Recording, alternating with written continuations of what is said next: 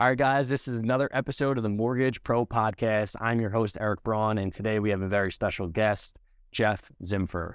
We talk about Geoff's experience working for Tony Robbins. Then, he makes a shift to the mortgage industry, crushes it for 10 years, then takes his background and the skills and strategy that he used, not only in Tony Robbins, not only in his experience working for Tony Robbins, but also in his experience in the mortgage business, and turns it into a platform where LOs like you, like me, can plug into and have a full plug-and-play system when it comes to delivering workshop and educational presentations to your referral partners, and using that and leveraging those presentations to build more referral relationships and close more deals.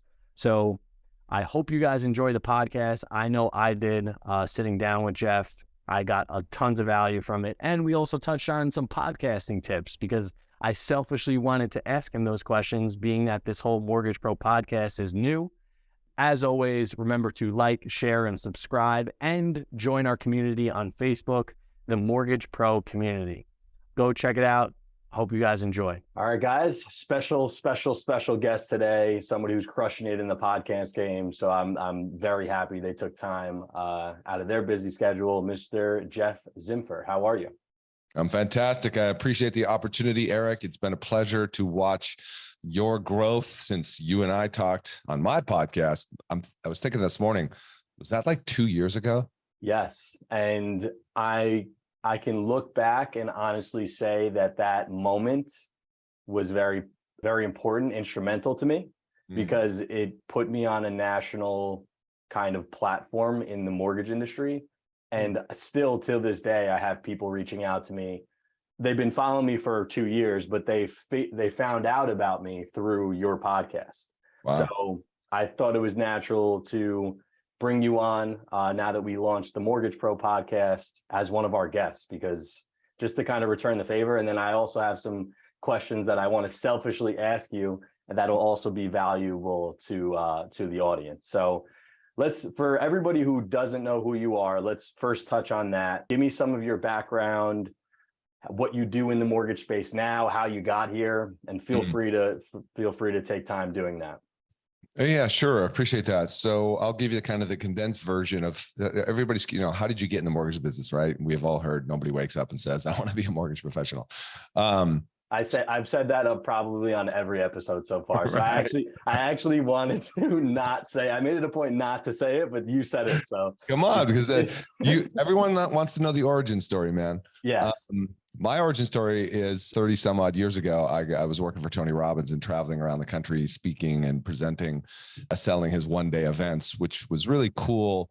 Back then I'm like 20 something, 25, right? Mm-hmm. Probably roughly what you are right now, I'm guessing, found in there. Mm-hmm. And so having a job where you travel around the country, and your job is to fly into a city and live in a city for 2 months with 6 other guys or gals, and it's like a fraternity on the road. And imagine this, this is of course before Facebook and all this stuff and all the cool tools now, but we used to go into a city and have meetings scheduled where we go into speak to every sales organization in the city, insurance, real estate, mortgage, MLM, you name it, man. We're out there blowing and going and just, doing the thing. And I was in front of real estate agents and mortgage professionals a lot. And when I had to come off the road from that position and, got a little bit tired of traveling, I was like, what am I going to do? What do I next want to do? What do I feel drawn to? And I was drawn to the real estate space, and I didn't want to be a real estate agent. And for whatever reason, I was drawn to the mortgage space as to be a mortgage professional. First of all, because it seemed to be like those guys and gals always made a lot of money. And it was a bit of a different dynamic than the real estate agent. So anyway, long story short is I chose to become a mortgage professional, and this was in 2003. And so I got in the business in 2003 and in Southern California, and went off and running from there. And, here we are today, 2023, and went through a lot of different, roles. I was an originator for over 10 years, did well in Southern California, always, as you might guess, had that part of me that still was passionate about training, speaking, coaching, things like that. And so I was able to make a pivot in the business to become more of a sales trainer and coach, if you will, for a large lender, of which I did, and did that for about 5 years. and simultaneously at the same time, recognized the opportunity to have a platform, a marketing platform. And that's why I started the podcast back, I don't know, that was 6 years ago now, by the way. 6 years ago, I started the podcast. Wow. And the reason why, by the way, quick side note, the reason why I decided to do the podcast audio only back then was because video was too hard. I was doing video, man. I was traveling. I was in hotel rooms and I had my little camcorder up and I, upload into YouTube. And I was like, man, this is taking a lot of work and hard. I'm like, what could I do that'd be easier? And so I pivoted to podcasting, only audio back then. Now, of course, it's video. We're here. But anyway, started the podcast because I wanted to bring conversations like this to the industry, right? And like what's really working. And so anyway, shifted and did the podcast and then continued to help mortgage professionals capture real estate agent conversations through events and seminars and teaching classes and things like that. And that's a lot of what I do today, man. So awesome. and just to plug your podcast, because I think it's one of the best in our space. Just say the name one more time so people can go over and check it out. Mortgage Marketing Radio. Perfect. Yep. And now, so let's talk about the Tony Robbins days. Cause I think, I mean, listen, we're going to have plenty of time to talk about what you're doing now, but I know for me, like whenever I meet a new person, even though it's not the first time we're meeting, what interests me is their story, because everybody has one. Yeah. And I always like to kind of reflect on like how my life has prepared me for the moment that I'm in and all the different experiences. So when it comes to, so when you made the transition from Tony Robbins, for everybody who doesn't know who Tony Robbins is, just wake up. There's no one who doesn't know who Tony Robbins is. So when you made the transition from working with Tony Robbins to the mortgage business, how did that help you? Or how did those experiences help you and prepare you for the mortgage business? That's a good question. I think when you're out there and you're putting yourself in front of people purposefully every day, what I mean by that is you've got to get up. Every day, I had to give at least 2 in-person, face-to-face group presentations. Wow. With the intent being, I'm going to sell you today. I'm making a decision today to invest in this product. Like when you, and there's no, you walk in from, they don't know who the hell you are from Adam. Right. All they know is we've got a guest speaker today. Right. I've been in plenty of real estate offices in the friggin' bullpen and the heads are above the bullpen. You know what I mean? It's like, nobody wants to hear what you have to say. Like that's a great training ground.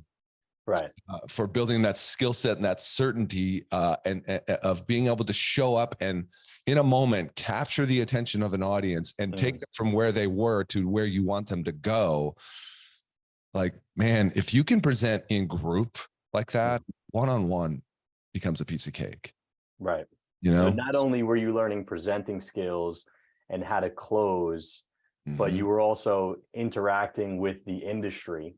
Yes. A lot. So you kind of understand what the daily life of a real estate professional is like, specifically a mortgage pro. And then you apply that kind of sales and building relationship and building rapport, as well as the skills you learn by being an educator to your mortgage career. Yes. And you were an originator for 10 years, you said.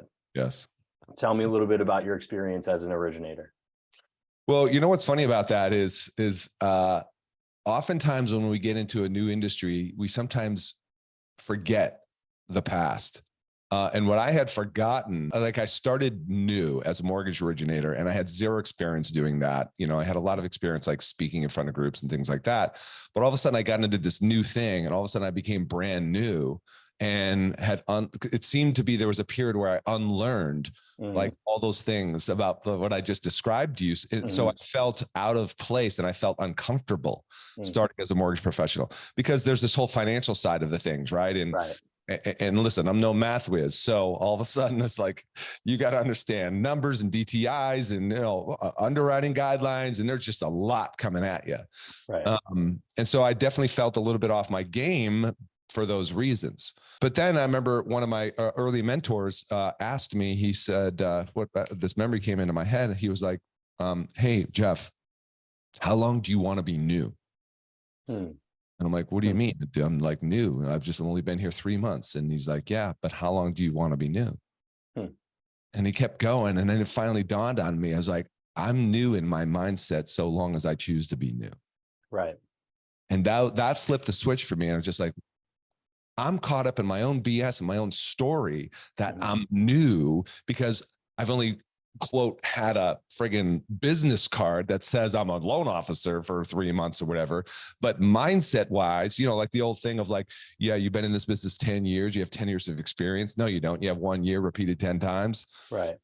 So I had to get out of that quickly. And then what I realized, I was like, wait a minute, I've got a ton of experience presenting to groups. Like I know real estate, and I was intimidated by real estate agents, especially the big players and all that kind of stuff.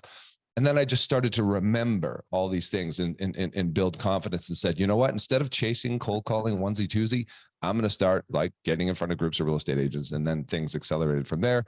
I was doing about 120 loans or so a year back in 2003, 4, 5. So, was that top 1%? No, but it was top 5%. So I mean, anybody who's doing 120 loans a month, no matter what period of time, that you have a real business. Yeah. 120 loans a year for sure. And again, this is back before all the tools we have today, like Facebook and social media. 120 loans a year right now would be amazing right now during this time. So, and something you said, and I think it's so important not to just go past. I'm reading this book right now, The Power of One More by Ed Mylett. And it talks about identity. And it's within one of the first chapters. And basically your identity is who you believe you are. And it sounds to me like you believed you were new. Yeah. And that identity comes with like, it limits you. So at some point you have to make the decision to kind of change your identity. And it sounds like you did. And then all of a sudden you were a rock star. Yeah, absolutely. And even for people who are new, I understand there's still going to be that, well, but I am new. It's like, I don't know every guideline. Well, then, okay, great.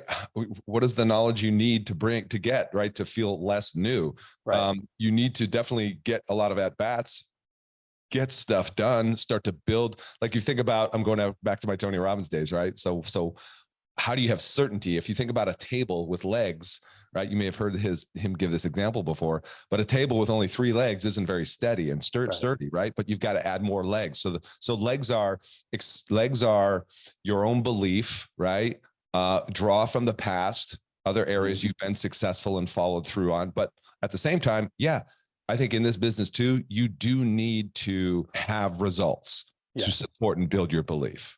Yes. And I think one of the easiest ways to get results is at bats, like you said. Like you need to have more at bats, period. Right. And then also plugging into a team, I think helped me out a lot. Being new in this business is not something that you can do on your own, in my personal opinion.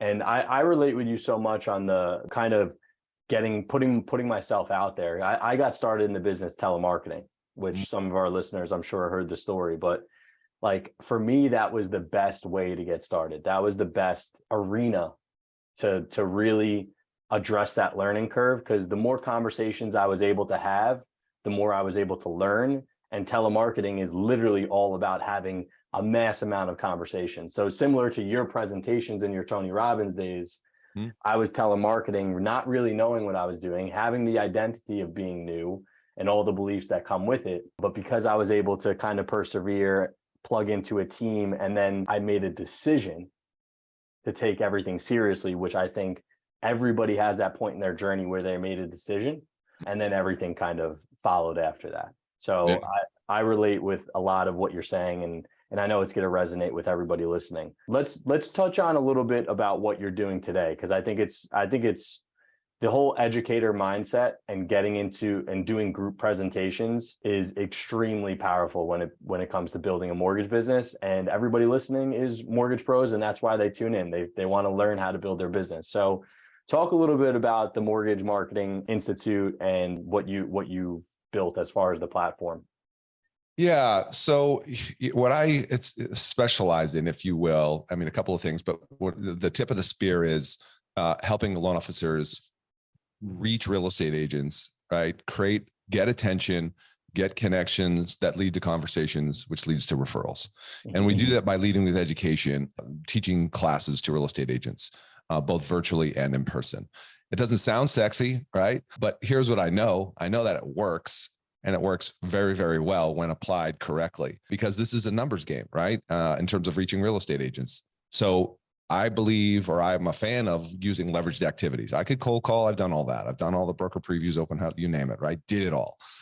Which goes back to that story about when the lights went on in my head. I'm like, wait a minute, if I get in front of 10 or 20 agents at a time, I'm going to get to the agents I want to get to faster, you know? So that's what I do now. So, you know, in today's world, how do you differentiate yourself? I believe leading with education, adding value first, induces reciprocation and causes people to be attracted to you. More importantly than that is, you know, you've got to build also your platform as a mortgage originator in your local market. Like, how do you stand out? It's not going to be rates and, you know, programs. It's not going to be service. While your service may be awesome, nobody knows it until they actually engage with you. They think it's all BS because that's what everybody says. Right? It's great service. I'm awesome. Trust me. Give me your toughest deal. You know, all those things we've heard before. I'd rather attract agents instead of chase agents. And so what we do is we equip agents with a platform of turnkey educational content that they can just show up in their local market, grab all the stuff we give them, help them get butts in the seats, emails, landing pages, the done for you class content, soup to nuts, everything's done. You just need to show up and actually kind of follow our system and teach the class. And I can just tell you, man, when you do something for yourself and you're like, okay, yeah, I'm doing this. I wonder if like this will work for other people. And now, you know, I got LOs across the country and the results are like awesome. And it's my passion project now. Love it. There's one of the things I love about this business, and I've said it multiple times, or the number one thing that I love about this business is there's so many ways to build it, right? When it comes to hiring, like as far as your staff, you can have 2 LOAs, a processor, you can have 3 processors, no LOAs, you could, there's so many different ways to structure it on that end. And then as far as going out and getting the business, there's also tons of ways to go and get the deals. My thing has always been referral based. I've never been so much of a consumer direct guy. Except for the beginning of my career when I was throwing on the phone as a 20-year-old as my first real job at telemarketing. But I realized very quickly building the referral business is where the gold was. And then there's so many different ways to do that, right? Yeah. And I think it's very easy to get caught up in all of, like, you know, chasing the new shiny object, right? Maybe it's running Facebook ads. Or maybe it's, you know, you want to do social media and you want to put out content. Maybe it's having happy hours or doing the broker opens or what. Like my advice is always like pick 2 or 3 things, get really good at them. And once you've squeezed all the juice out of those berries, then you can move on to different legs, not to use the same analogy that you used before, or just use it in a different concept. But I think if I was brand new and had to do it all over again, I would brand myself, which includes putting out content, and I would do some sort of event marketing. Event marketing has so many different kinds within itself, right? Like I host a huge networking event twice a year called Brewery.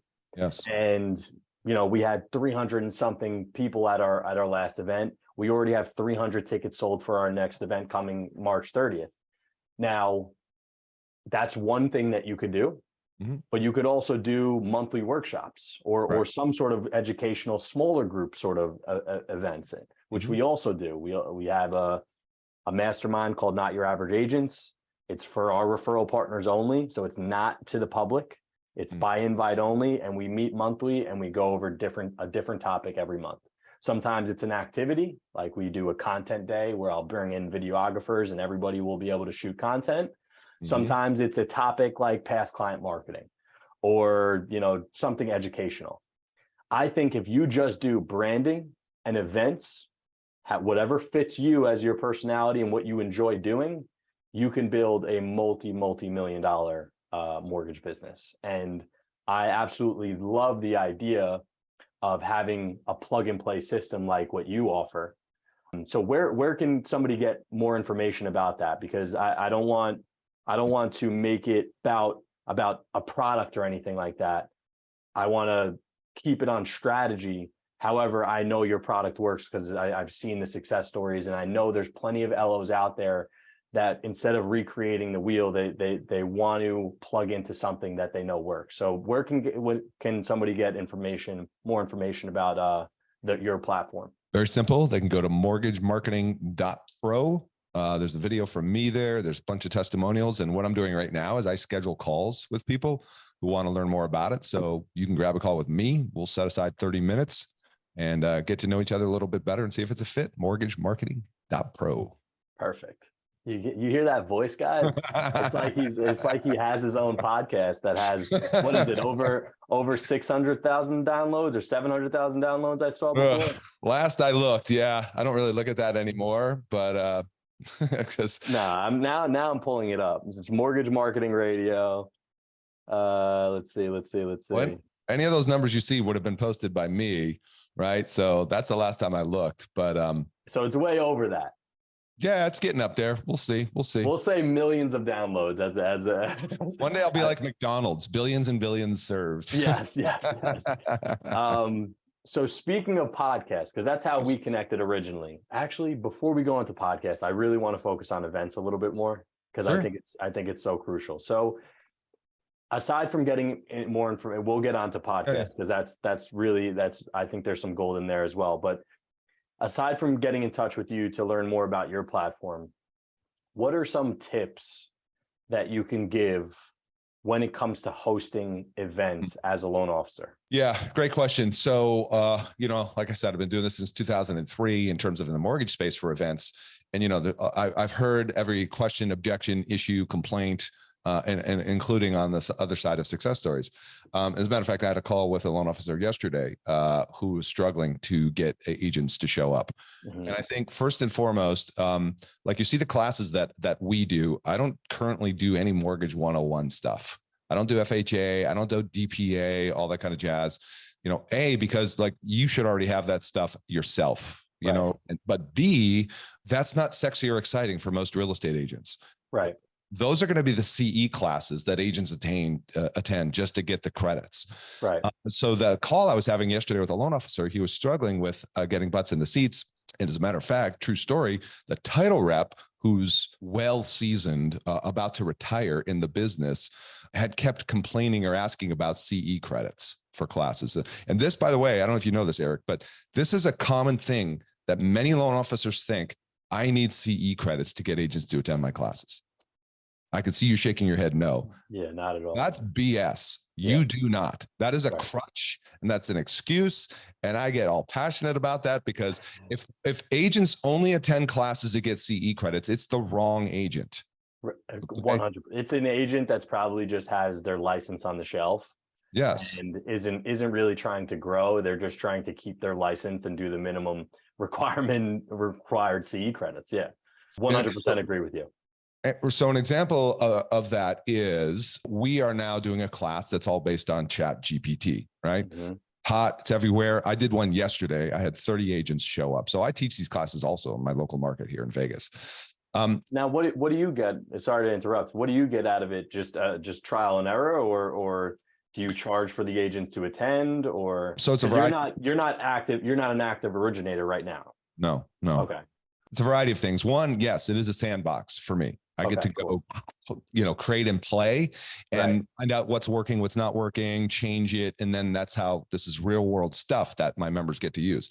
But secondly is I do work or contract with a local title company here. Gotcha. And they bring me in to add value to their clients. And I do it for the local lenders too. So yesterday we had a lender, we had a title company, and we had 30 agents in the room. Cool. And the lenders, they come up and they get the credit and all that kind of jazz. Anyway, my point being, back to your original question, is it's the topic, right? That's going to get the agent interested. And that's why we're seeing these classes that my members are doing on ChatGPT specifically. That's they're selling out those classes because it's hot, right? What else is hot? How to get how to get listings in a low inventory market, right? Right. Disrupt and die, right? How to pivot and shift during the digital real estate shift, and all those types of topics. Google Business Profile. Facebook custom audiences ads. The reason why a lot of lunch and learns suck and they're poorly attended is because your topic sucks and is boring. Right. You know? So give them a compelling reason to come out. And last thing I'll say about this is for loan officers who get hung up on, well, I'm not the expert. I don't do Instagram Reels. So how am I going to teach an Instagram Reels class? Right. You don't need to be. You are the nightly news reporter. You're reporting the news and you're sharing the facts with them and showing them examples of other agents where you're off the pedestal hook. They're not looking to you to be the expert. They're just looking to get the info. That's why they go to YouTube and stuff like that. Right. So I think it's really cool that you're still like a practitioner of this stuff. That's why I asked that other question, because you're, like you just said, like sometimes it's 100% the topic on why somebody's not coming or why they show up. It's not, sometimes it's like I have agents that will show up to our monthly workshops to support me. Sure. And I'm like, listen, you don't need to drive an hour to come to the workshop because I'm your friend. Like come for the information because I know it's going to benefit you. That's why I'm doing it. Right. Yeah. But that's a real partnership you have though. And that's something that you build over time, and they help promote the workshop for me because they want to, those are the right people that you want to surround yourself with. Those are your fans. Yeah. Yeah. I would say friends because listen, I'll work with anybody. I don't care what anybody says about being selective with your referral partners. There is truth to that. But if you're going to send me a deal, I'm going to try and close it. Right. But after a while, you do start to build real friendships, ideally with your referral partners, which is a whole topic that we can spend time on. But I think the topic gets them into the seat and it also gets them to the next one. Right. Yes. The content at that workshop gets them to the next one, I should say. Yes. So ChatGPT, our monthly workshops, it's not like, hey, here's everything you need to know about 203K loans. I don't want to talk about it. They don't want to hear about it. It's the people who do want to hear about it. I don't want to say that they're probably not producers because I'm sure some producers do want to learn more mortgage 101 or product stuff, 100%. But I know for me, I've always gravitated towards doing classes and giving information that doesn't specifically pertain to mortgages. It's more about helping with marketing or business or how to get more clients, right? And I think those are the topics that get agents to show up. Now, what about ChatGPT are you teaching? Not that you can give the whole class right now, but I am interested because it is a hot topic. Well, we're teaching agents primarily how to use it themselves. So we're giving them use cases. We're showing them how to use ChatGPT to write listing descriptions, to write emails, to write listing presentation outlines. Yesterday in class, I showed them how to ask a seller for a price reduction on a property. It's like you can do almost anything with it, and they just need some guidance. If you know anything about ChatGPT, it's all about prompts and what you ask it, what you enter. So we give them a checklist of prompts. These are the best real estate related prompts for you to start asking it to get good results. And so they're blown away, man. And the whole point, by the way, let's remember the whole point of doing this class. You mentioned branding earlier, and you've done a great job of branding, by the way. Is because people are attracted to want to work with somebody who is unique and different and adds value, and you rise above the noise. And why we're doing these types of classes is because if you show up, you blow their socks off, you show them how to save tremendous amount of time with a tool like ChatGPT to be more efficient and ultimately to impact their business. And then the ask is, hey, if you liked this today, right, and you want to talk about a further partnership, because this is just a sample of what we do for our realtor partners. But if you want to grab a Zoom, 15, 30 minutes, whatever, let's see if, boom, we have the potential to do something.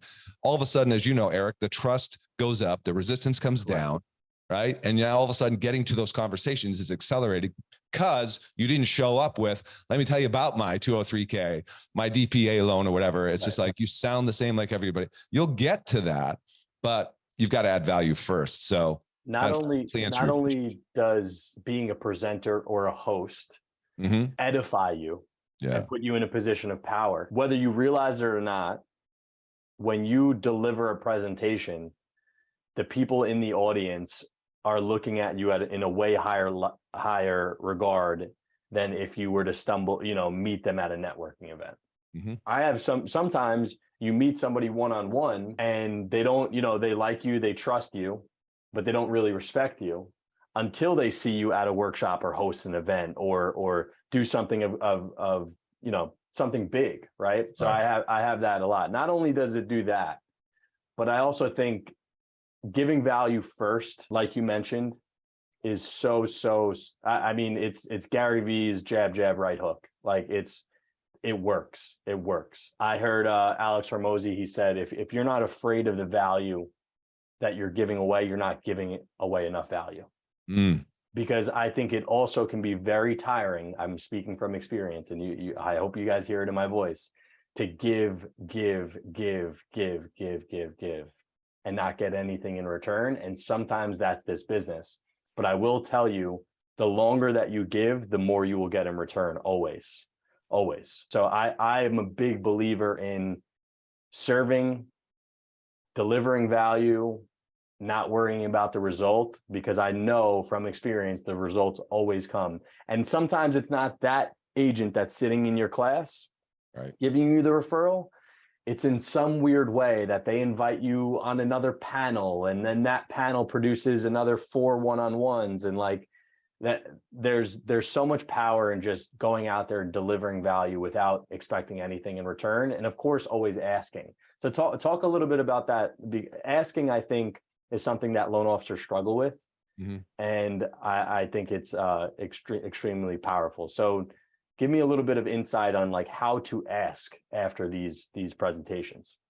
Sure, man. We got a couple of ways to do that. One of the ways I like is at the end of our class, there'll be some confirmation. Like, for instance, yesterday, hey, did you guys get value here out of today? Yes.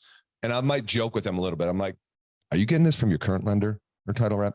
You know what I mean? Yeah. And they're like, well, no, they've never even talked about this. And I'm like, hey, guys, look at, like I said a moment ago, so here's what I believe. I believe as a mortgage professional that before I ask for business, I've got to, give you something of value and help you grow your business. Did we do that today? Yes, we did. Okay, great. Would it be okay then for those of you who are interested in talking further, if you wanted to schedule time to talk to see how else we can help you? I'd love to learn a little bit more about your business. This is just a scratch of the surface of what we offer.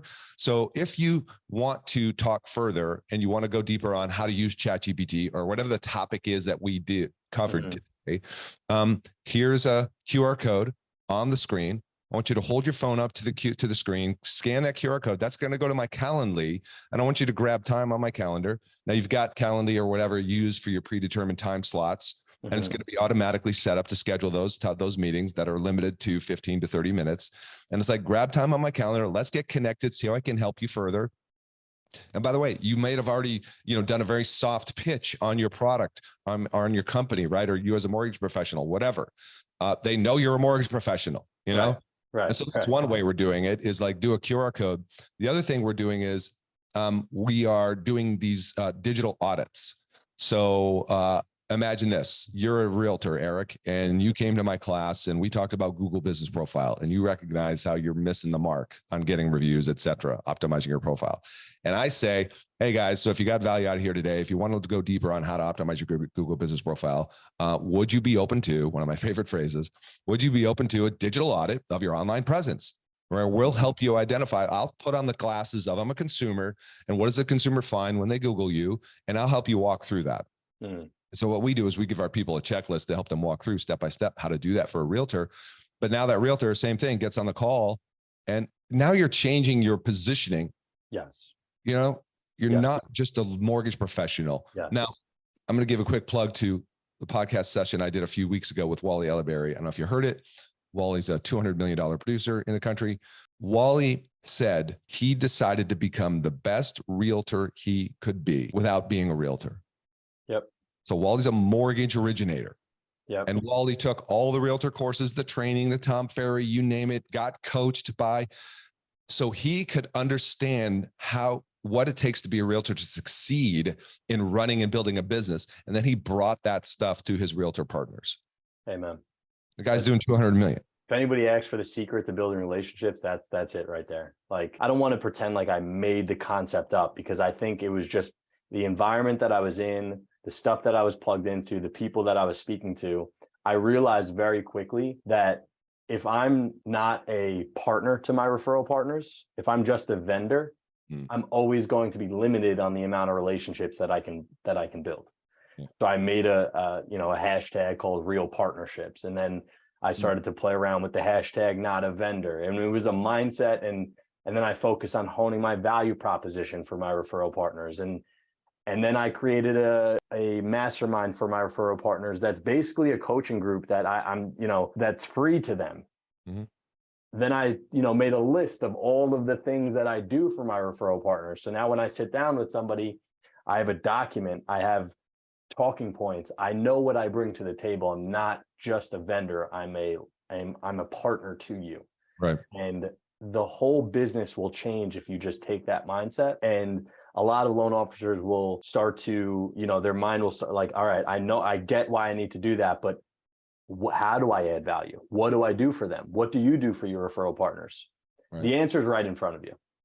The answer is right in front of you. It could be something very simple like offering marketing material, or it can be doing the workshops or presentations like me and Geoff are talking about now. Think about who you are and what you enjoy doing. Start there. Don't get all fancy and try to do other stuff that you hear other people are doing. Focus on the stuff that you have right in front of you. Yes. A lot of times we're asking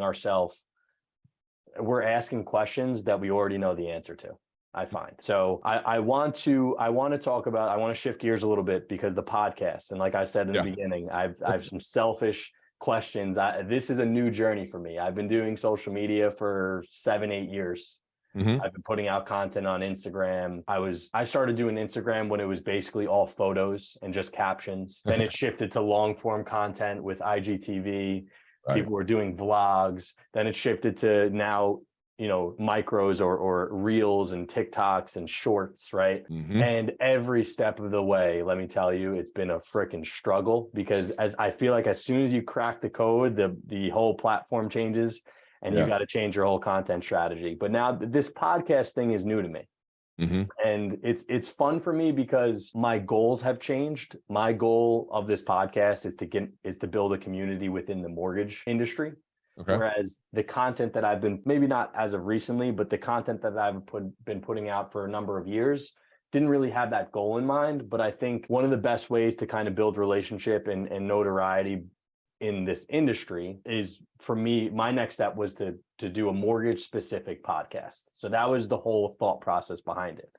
Okay. Now, with starting on this new journey, there's been struggles. There's been, I didn't know what equipment I needed, software, how do I even post the audio? So, and I'm lucky to have some people around me that already do podcasts. So I got some of these questions answered. But I think as an originator, even if your goal is not my goal, right? If it's just to build relationships with realtors, I think starting a podcast is extremely useful.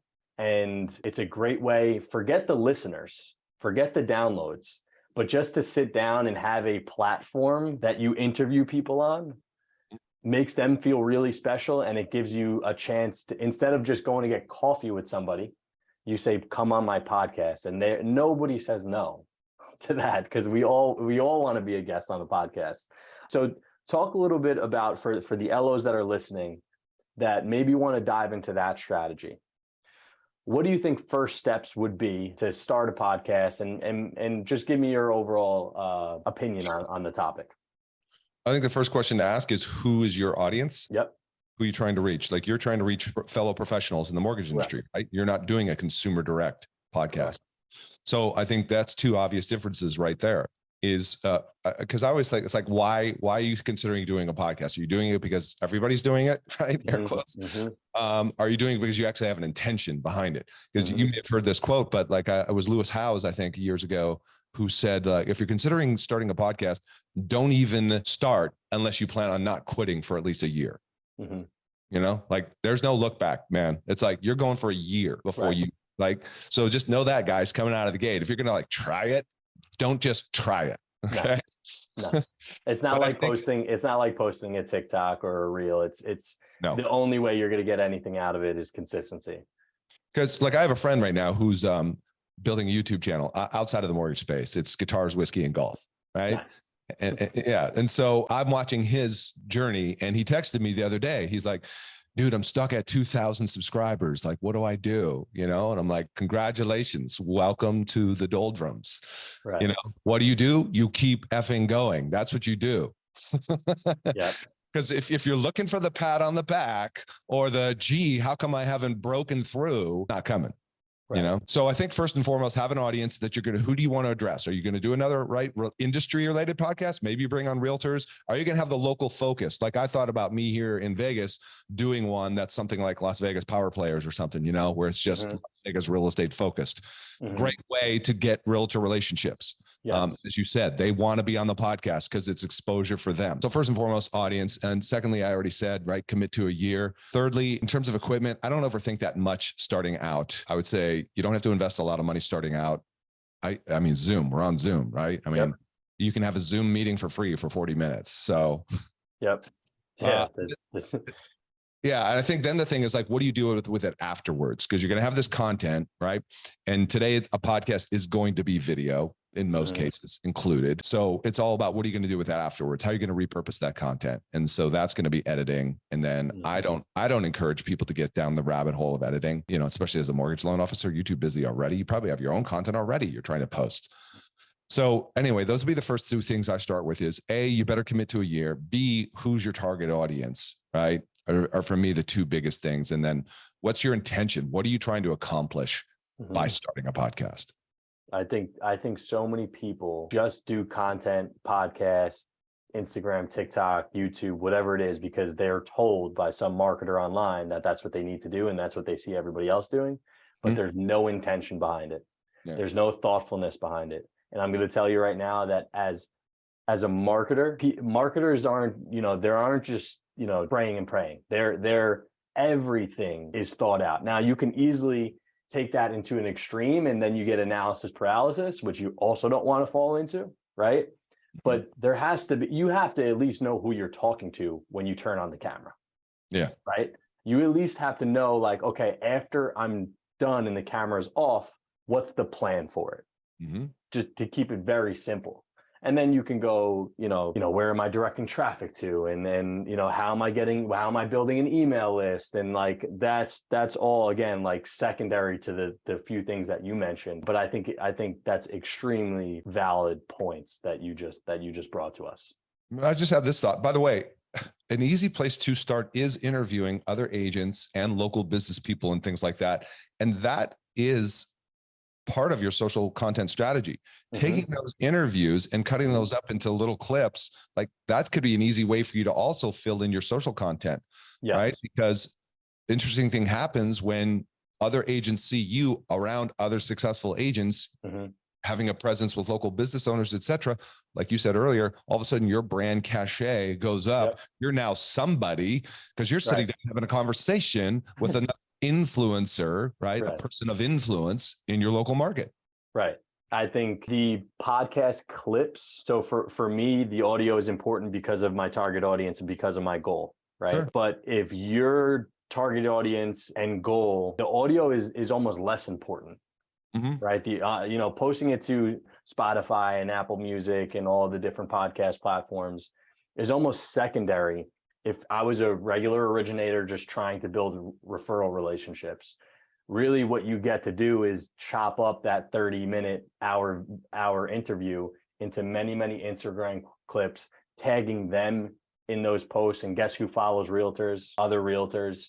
Right. And now your name is spread all over the place. And I think it's a great strategy if that is your goal and what you're trying to do. And of course, I also think like you need the right personality too.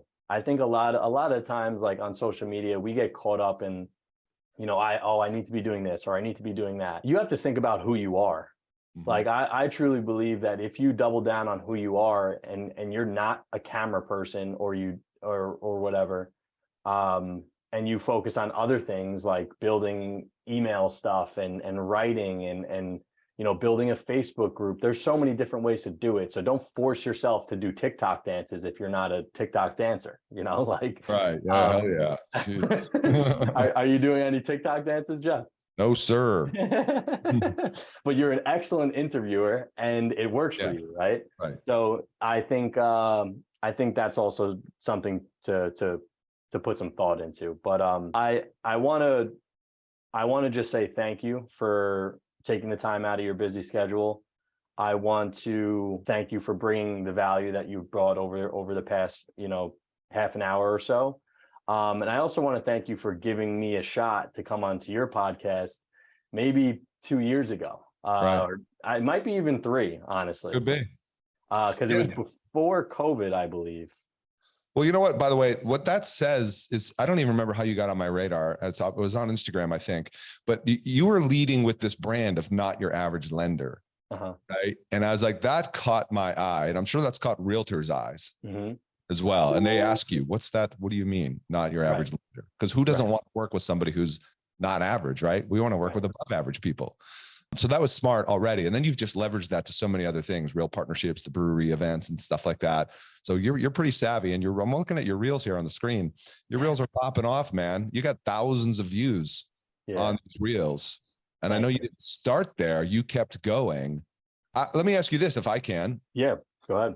Because I haven't asked you a question in a long time.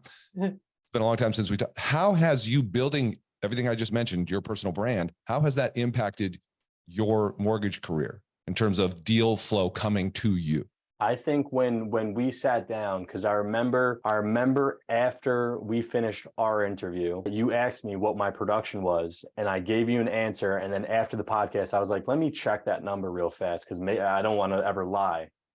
I think since that moment in time, production has tripled, if not quadrupled. Now, granted, 2023 and 2022 was still a great year for me. I definitely took a step back, but the whole industry did. But I think even with the pullback the industry has seen, it's probably triple to quadruple.